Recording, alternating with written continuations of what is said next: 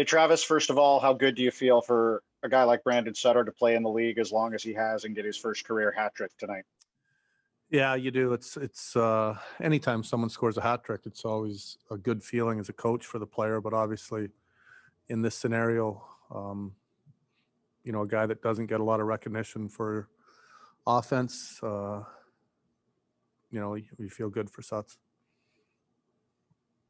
And in terms of your overall team performance tonight, what were you most encouraged by in terms of improving from last week?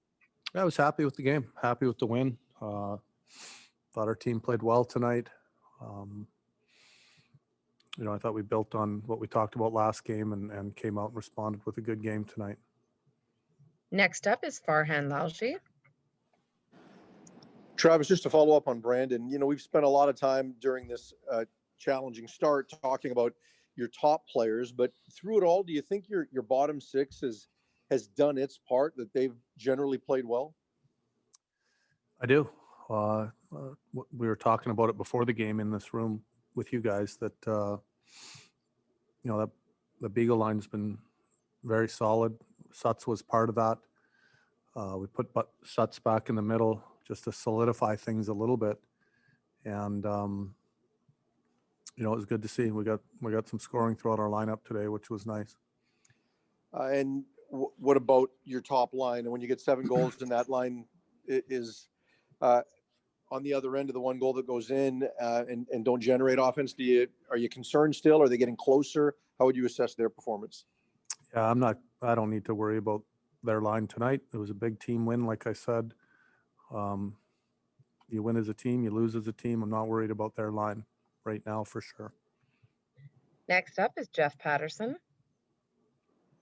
Hey, Travis, I tend to ask you about moments in games, how big ultimately it was. Tanner Pearson's goal 30 seconds after Ottawa had scored and had a little bit of life. Yeah, it's always, you want a good response after the other team scores, especially when it's a 2-0 lead. The next goal is always when they make it 2-1, it's pivotal. It's pivotal now. Much like a 2-0 game, if you can get the third, it's a big one, and they make it 2-1, and to respond like that was important for our group. Did you coach up Hoaglander on the diving move? Yeah. What did you think of the effort there? And what about, 8 games in, he's 4 points now. Like, he looks very much like he belongs. Yeah, he's a smart little player. Works extremely hard. Isn't afraid to go to hard places to win a puck battle. He's going to have games where he might miss a few little details or something within our structure, but that's going to happen with a young player. You got a lot of time for young guys when they work extremely hard and compete hard, and they want to get better, and he seems to have those qualities right now. Next up is Gemma Karsten-Smith. Hey, Travis. It seemed like tempers kind of flared a little towards the end of the game there. Is that a product of tonight's game, or is that a product of this kind of weird season where everything's kind of crunched together a little bit? Yeah, I don't think it was that bad. There was things happen sometimes when a score is 7-1. There's things in hockey that happen. That's just part of the game. I haven't really thought about it, and I'm not too worried about it, to be honest. I don't think it's part of the schedule being the way it is. I think it was just the nature of the game and the score at the end. And do you see that kind of emotion carrying momentum into Wednesday night's game? As far as fighting? Is that what you're asking? No, just the intensity.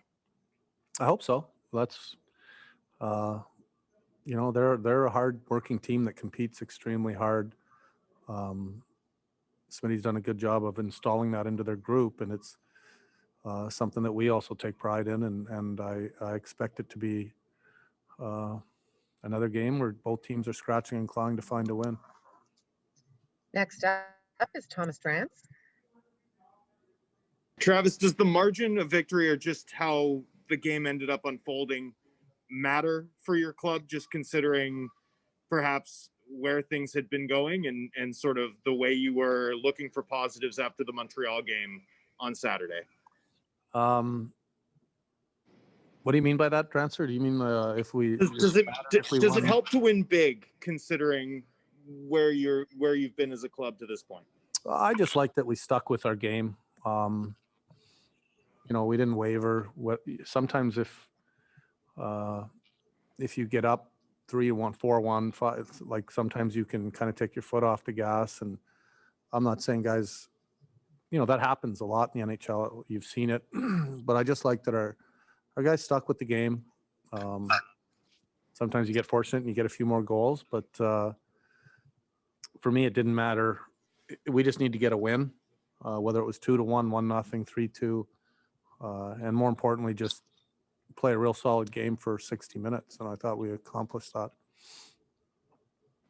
Also want to ask you about the play of Jordy Ben now that you've seen him on the right side of Hughes for a couple games. What your impressions are of that fit to this point? Liked it. Yeah. Give Ben a credit. He's been out for a while. He comes in. He's looked poised with the puck. He's played solid. I'm real happy with how his games looked. And with the final question is Daniel Wagner. Just looking at Höglander, to my eyes, the Pearson, Horvat, Höglander line has probably been your best line so far this season. Does Höglander's offensive skill make you deploy that line in different ways, or does he still provide that two-way ability to let you deploy them in a matchup role as you did last season? Well, I think at the beginning of the year, I wasn't sure, what to expect out of his defensive side of his game. It's no secret that I like to use Bo in a role where he's playing against top lines. He's that type of centerman. Worried me a little bit before the year started, but we wanted to try it. And, he's shown that he can play on the other end of the puck. He knows that he has to play well when he's playing with that line.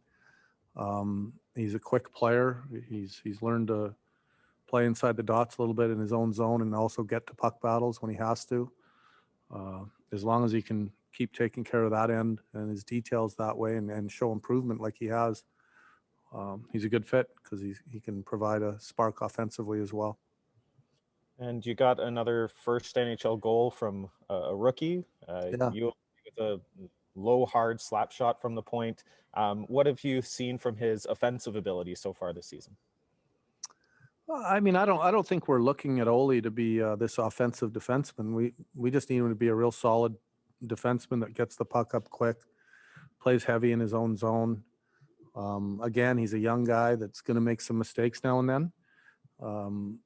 We've been working with him a lot, showing him video, and he's going to get accustomed to the league. But to see a young guy get rewarded with a goal like that, it's always puts a smile on everyone's face, your teammates, your coaches, and you're happy for a guy. It's always a big moment in your career.